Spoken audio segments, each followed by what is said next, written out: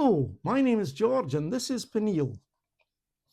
I'm going to read chapter 11 of Hosea. I'm going to read the whole thing and then make some comments. When Israel was a child, then I loved him and called him my son out of Egypt. As they called them, so they went from them. They sacrificed unto Baal and in turn burned incense to graven images. I taught Ephraim also to go, taking them by their arms, but they knew not that I healed them. I drew them with cords of a man with hands of love, and I was to them as they that take off the yoke in their jaws, and I laid meat unto them. He shall not return to the land of Egypt, but the Assyrians shall be his king, because they refuse to return. And the sword shall abide on his cities, and shall consume his branches, and devour them because of their own counsels.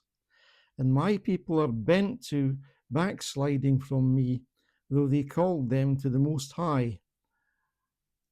None at all would exalt him. How shall I give thee up, Ephraim? How shall I deliver thee, Israel? How shall I make thee at Admah? How shall I make thee as Admah? How shall I see thee as Zebulun? Mine heart is turned within me, my repentings are kindled together. I will not execute the fierceness of mine anger. I will not return to destroy Ephraim, for I am the Lord and not man, the Holy One in the midst of thee, and I will not enter into the city. They shall walk after the Lord. He shall roar like a lion. When he shall roar, then the children shall tremble from the west.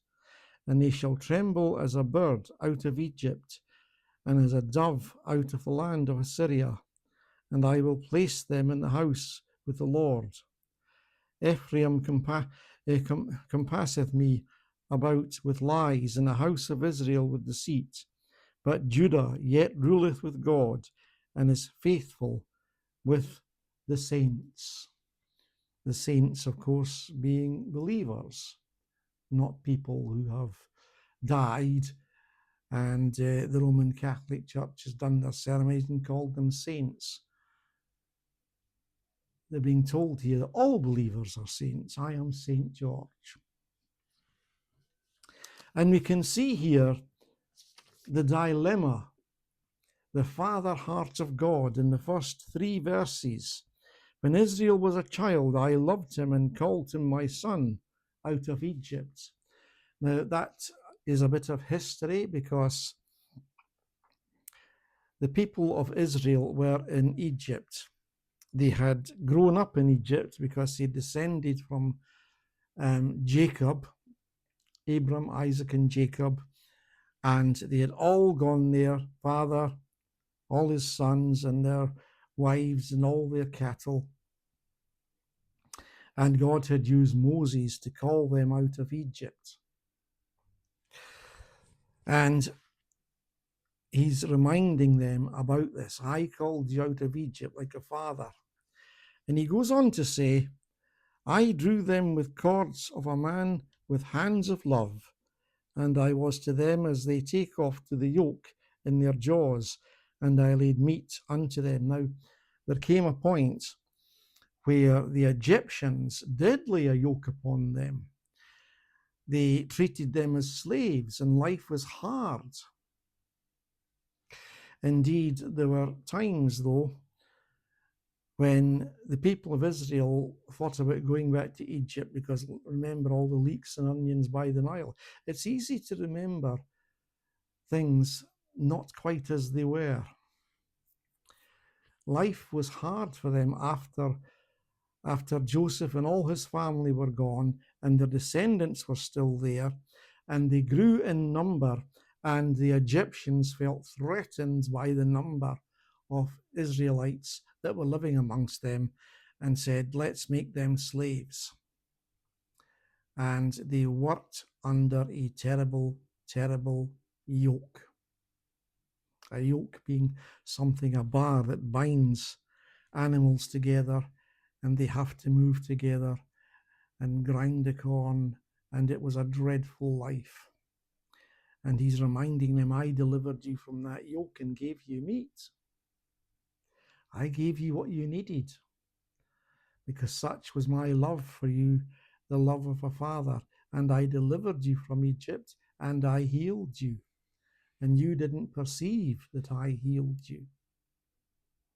Nevertheless, that's what God did. But he says, and now bear in mind, as I keep saying, Hosea had been commanded by God to marry Gomer, the prostitute. She was unfaithful to him. And just as Gomer was unfaithful to Hosea, so the people of Israel were unfaithful to God.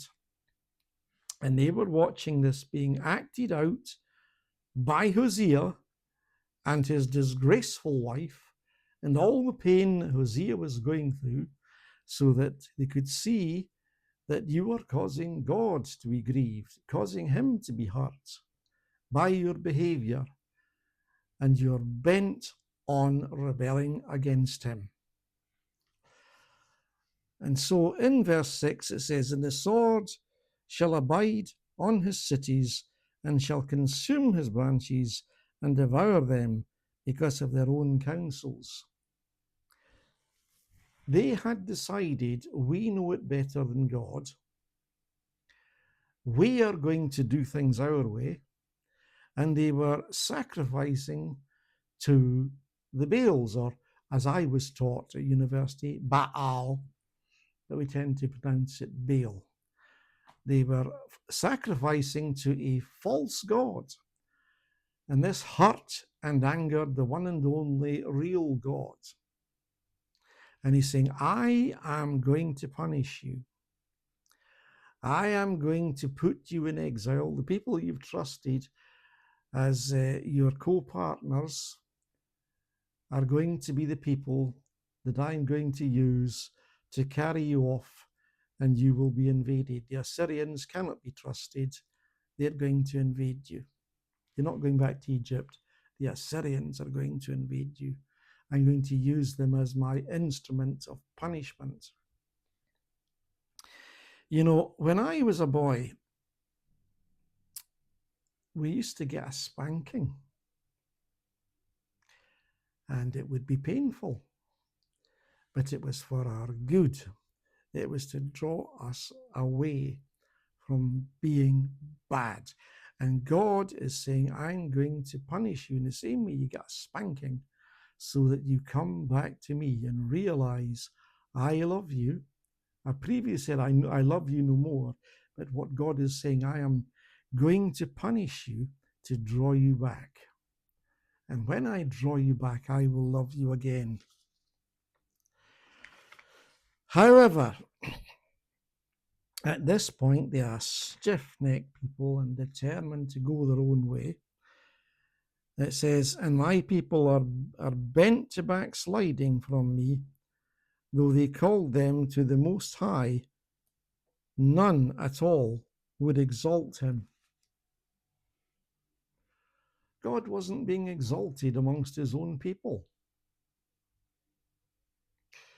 He's the Most High, and yet they weren't crying out to him. And that was their sinful hearts.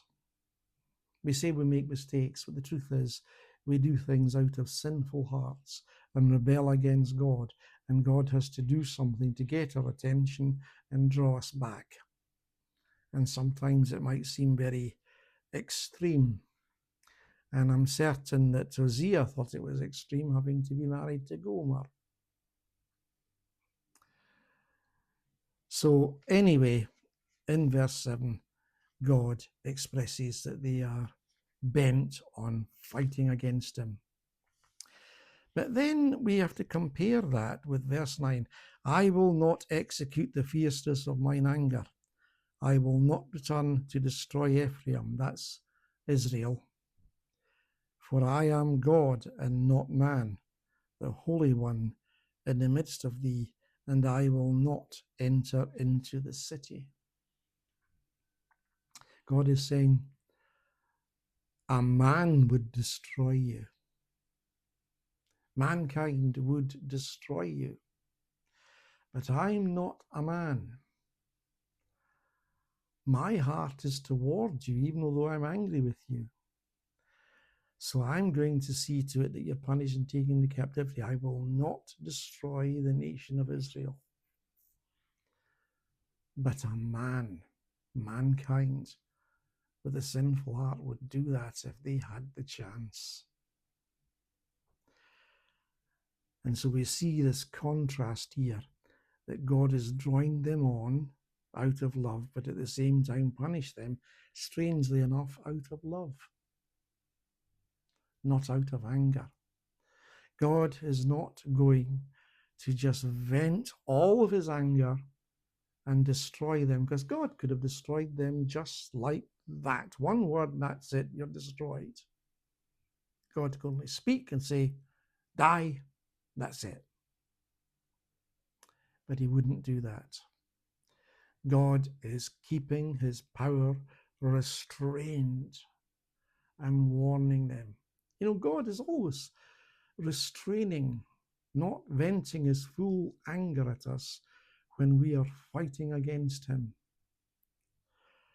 And I am so thankful for that, because if God were to vent his full anger on me, I wouldn't be waking up tomorrow morning. Every morning when you wake up because God has decided you get to wake up today. My anger is not going to consume you. Even if you're rebelling against me, my anger is still not going to consume you. It may punish you, but it's not going to consume you.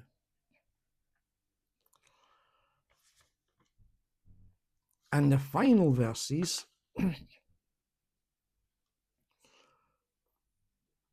they shall walk after the Lord. He shall roar like a lion. When he shall roar, then the children shall tremble from the west. Judah is symbolized by a lion. We Scots are also symbolized by a lion rampant. But in this case, Judah is symbolized by a lion. And God is saying, I will show my power. I will roar like a lion. And they shall tremble as a bird out of Egypt, and as a dove out of the land of Assyria. And I will place them in their houses, says the Lord. He's going to place them in houses when they're taken into captivity. And then it says, Ephraim compasseth me about with lies, and the house of Israel with deceit. But Judah yet ruled with God, and is faithful with the saints. That's a contrast to what has gone on before. He's saying that Judah's still faithful to me. We know eventually that Judah proves to be unfaithful, but you know, they still had been faithful to the saints, believers. And there's still something of the heart of wanting to follow God, but they're in the minority. And I am reminded from this that in all circumstances, I have to remain faithful to God, even if those around me are not. I have to persevere. And to young people, I say this: you need to set your sights upon the long journey. I did that. You need to set your sights and think, am I going to be serving the Lord at the end of my life? I need to determine that right now while I'm young. And no matter what happens, I'm still going to be focused on that road and life's journey's end, so that when I finally die and I face the Lord, then he'll say to me, well done, good and faithful servant, and you've not to deviate to the left or right. If you do, God will punish you, if you're truly his. But we need to focus upon the end goal, which is to glorify the Lord and to keep on serving him every day of our lives. And hopefully soon, chapter 12 of Hosea will follow.